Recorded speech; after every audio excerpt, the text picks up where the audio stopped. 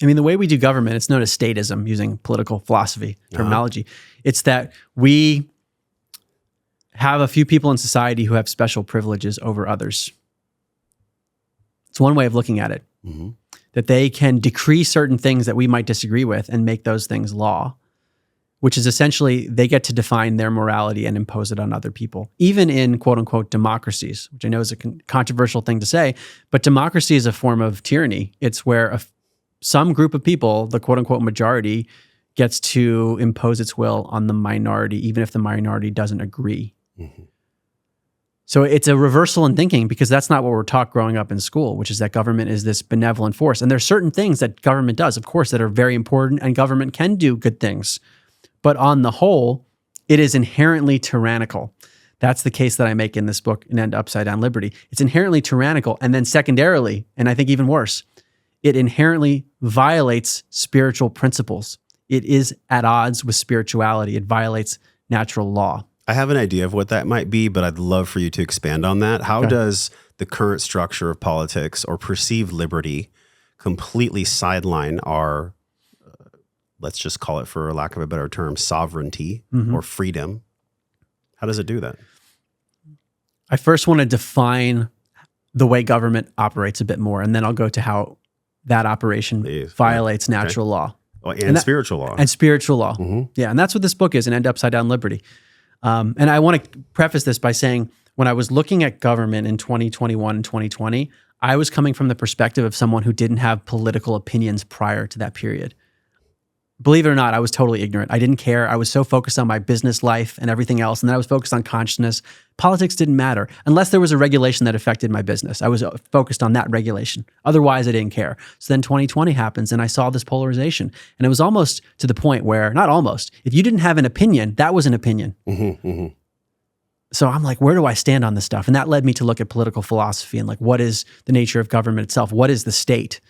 And it led me to the work of Larkin Rose. He wrote a book called The Most Dangerous Superstition, and also the work of Murray Rothbard and the Mises Institute. There's a lot of great resources at Mises.org, MISES.org, like free books available by Rothbard. And I've spoken there in Alabama, really good stuff on the Austrian School of Economics. I was never aware of this stuff, even like studying economics somewhat at Princeton, taking courses on that. I never heard of the Austrian school, but it led me to a new view of freedom and government that contradicted everything that I believed to be true. Because I held the view that most people have, which is that, look, human beings are ultimately too irresponsible to just live. So we need to have this organization that monitors society. And Thomas Hobbes, famous philosopher, he talked about the Leviathan state that would be there to basically manage society.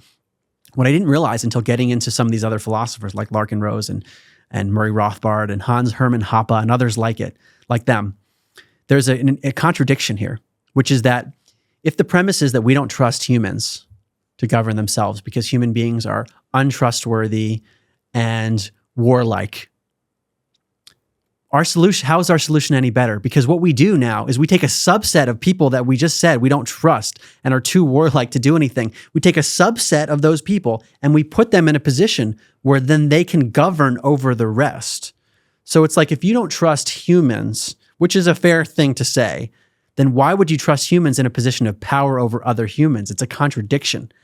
And then people will say, but we have elections where the people get to decide these things. But wait, if we don't trust people in the first place, then how can we trust them to elect the right people to be in power? And how can we trust them to even run trustworthy election processes, for example? So these contradictions come up where we end up in a position where our premises are basically violate the solution that we end up with.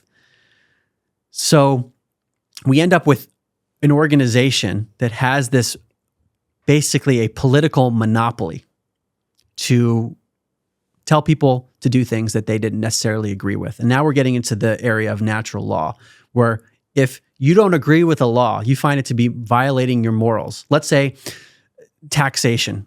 You're forced to pay the government a certain amount of money, and the government then uses that money towards something you disagree with. Let's say it's a war. You morally oppose some war and the government's funding that, or some other policy. is that okay morally for them to take money that you earned on your own? That was your property. They're taking it. Did you agree to that? And now we get into the issue of consent. Arguably, government is a form of implied consent rather than explicit, mutually agreed upon consent, where you sit down together and write a contract and sign it. And this is typically what happens in business. I saw this all the time between service provider and customer. And I use those terms because we don't often hear that with regard to government. Government really is a service provider. It provides very important services like courts, roads, military, police, super important stuff. Yeah. But there are other important service providers in society, and we interact very differently, like a consultant or a lawyer. Think of any good or service in a marketplace outside of government. Often, especially for important ones, you have this contract where you sit down together. This is how much I'm going to pay you. This is how we can terminate if things don't go well. You agree to it, you sign it. With government, we have this quote unquote social contract, which I would love to see, to know what apparently we signed up for, but it's an abstraction. So we end up with implied consent. And because of that implied consent, we can be forced to do things that we didn't agree with. Now we're getting into spiritual territory. Is that okay spiritually?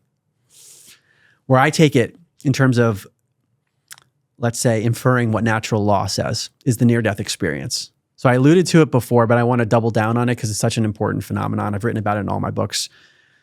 Again, studied by really credible people. University of Virginia's Division of Perceptual Studies is looking at this, and many other doctors. Because the phenomenon is so ubiquitous, it's coming up everywhere. Now that resuscitation technology has gotten so much better, people are coming back from the depths, whereas previously they would have died. And there are ancient accounts that have been recorded, but basically in the last few decades, the number of these cases has increased dramatically because of medical technology. So people come back from these near-death experiences where their body was literally dying. It wasn't just, oh, I thought I was going to die. This is like they're brought back from the brink, cardiac arrest. And they have these profound experiences that changes their lives very often. And sometimes their priorities shift where they end up getting divorced or they change careers.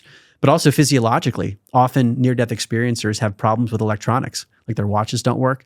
And there's a joke that if you go to a near-death experience conference, you can tell which people had a near-death experience and which ones just are interested in studying it based on who's wearing a watch. Yeah. Interesting. So this is serious stuff that it's ineffable. So it's hard for them to come back and describe, and they probably sound crazy to people who've never experienced it. But often people have a life review in these near-death experiences. It occurs in 20 to 30% of the cases, depending on the estimates. In indigenous cultures, and this has been studied by Dr. Gregory Shushan, he's looked at near-death experiences in all sorts of other cultures. The life review is not reported per se, but there's often a being that is evaluating the life of the soul, which is sort of like a life review. So the point is that thematically this seems to come up, and it does vary by culture, which is just interesting. But often in, let's just say, outside of indigenous cultures, when they describe a life review, people relive their whole life in a short amount of time. But the kicker is that they become the people that they affected. If you like that clip, click the one that's on the screen now, and I promise you, you'll enjoy it just the same, if not more.